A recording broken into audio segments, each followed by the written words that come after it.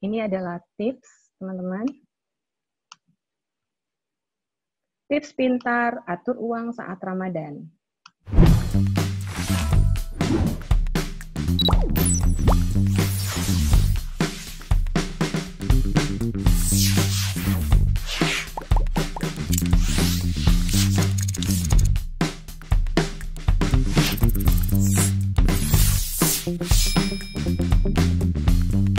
Oke.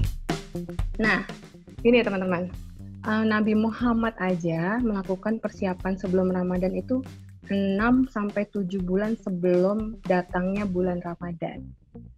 Kalau kita mungkin nggak bisa seperti dia, mungkin kita bisa melakukan persiapan minimal 1 bulan sebelum datangnya bulan Ramadan. Apa aja yang mesti disiapkan? Pertama yang harus disiapkan adalah misalnya dari sisi logistik atau membeli barang-barang kebutuhan harian di awal waktu. Ini bukan berarti panik buying ya, tapi kita menyiapkan terlebih dahulu untuk supaya kita bisa lebih fokus untuk beribadah, seperti itu. Jadi siapin aja kebutuhan-kebutuhan yang memang sebulan ke depan akan diperlukan. Misalnya beli bahan-bahan makanan yang memang bisa disimpan sebulan ke depan. Misalnya apa? Misalnya yang kering-kering tuh kayak misalnya gula atau sembako untuk masak, ya kan? Terus kemudian sabun, sampo dan lain sebagainya itu belanja sekalian aja untuk sebulan ke depan. Tujuannya supaya nggak terlalu boros nih. Sekarang tipsnya yang saya sudah bagi menjadi 4 adalah pertama teman-teman. Pertama adalah teman-teman harap pahami bahwa dana darurat itu adalah sangat-sangat penting di saat ini, di bulan Ramadan ini, dan di kondisi pandemi seperti ini. Penting banget, apalagi kondisi di saat ini. Jadi, gimana cara kita supaya bisa lebih pintar atur uang lagi, khususnya di bulan Ramadan ini?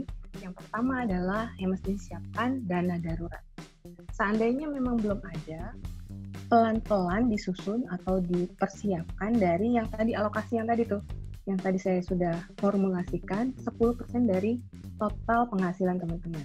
Ditabung, sedikit-sedikit diposkan ke misalnya rekening dana darurat yang memang terpisah gitu ya.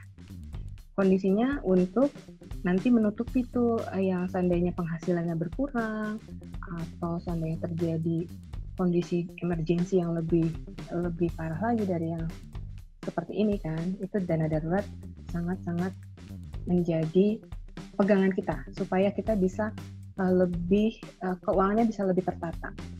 Jangan sampai kita nggak punya dana darurat kemudian kita terpaksa untuk berhutang. Jangan sampai juga kita nggak punya dana darurat kita terpaksa untuk mencairkan investasinya memang belum returnnya atau imbal hasilnya belum tinggi gitu ya. Jadi kan itu sangat-sangat sayang sekali teman-teman. Terus kemudian yang kedua adalah membuat skala prioritas teman-teman. Maksudnya gini, teman-teman, skala prioritas adalah kita memilah nih mana yang benar-benar di antara pengeluaran-pengeluaran yang kita sudah identify tadi, mana yang benar-benar merupakan kebutuhan kita pokok yang memang harus dipenuhi setiap bulan, kita pilah. Terus kemudian selain itu dikelompokkan lagi selain kebutuhan, kewajiban. Kewajiban misalnya cicilan-cicilan. Jadi skala prioritas adalah menempatkan misalnya kebutuhan pokok di nomor 1, di pertama banget. Terus kemudian cicilan-cicilan, setelah itu baru kita memenuhi yang namanya cicilan-cicilan. Baru prioritas yang terakhir adalah yang sifatnya hanya sekedar ingin aja atau nggak terlalu penting. Jadi kalau misalnya kita bisa detailkan lagi adalah nanti kita buat seperti kolom gitu ya. Ini penting banget kolomnya ini. Terus kemudian yang di bawahnya nggak terlalu penting. Jadi kita bisa memilah mana yang didahulukan. Sehingga tujuannya, jika kita sudah tahu skala prioritas, kita sudah bisa lebih fokus ke pengeluaran mana yang harus didahulukan gitu loh. Jangan sampai nanti malah nggak terfokus ke kebutuhan, malah nanti jatuhnya ke keinginan lebih banyak. Jadi ujung-ujungnya adalah cash flow-nya jadi defisit seperti itu. Nah, yang ketiga adalah teman-teman melakukan kompensasi silang. Maksudnya gini, kan tadi kita sudah bisa melacak tuh ya dari kita udah mencatat, mengidentifikasi apa aja masukan, apa aja pengeluaran, kita sudah bisa menilik tuh ya, sudah bisa melihat. Ini sebenarnya ada beberapa pos yang memang berkurang atau yang memang tidak terpakai. Nah, ini pos uang yang tidak terpakai ini harus dikemanain. Nah, itu yang namanya kompensasi silang, teman-teman. Pos yang ada budget yang memang nggak terpakai itu bisa menutupi kebutuhan atau menutupi pos yang memang membengkak saat ini. Jadi, contohnya gini, di bulan ini misalnya pos untuk transportasi, untuk beli bensin, untuk bayar tol gitu ya, parkir itu kan nggak kepake nih Mbak. Ini nggak kepake. Jadi ya udah, yang pos yang nggak kepake kompensasiin aja ke pos yang memang saat ini lagi benar-benar membutuhkan extra budget. Misalnya pos untuk kebutuhan suplemen, vitamin, atau mungkin pos untuk bayar paket data, seperti itu ya. Nah, itu namanya kompensasi silang. Teman-teman bisa lakukan itu kok. Dengan cara yang tadi, memilah-milah, mengidentifikasi pengeluaran-pengeluaran dengan mengelompokkannya berdasarkan kebutuhan, kewajiban, dan keinginan. Seperti itu ya. Dan tips yang terakhir adalah supaya berinvestasi jangka panjang, teman-teman. Ini khusus untuk yang kondisi keuangannya surplus atau pendapatan lebih besar dari pengeluaran. Nah, investasi jangka panjang saat ini yang memang bisa dilakukan itu banyak sekali pilihannya.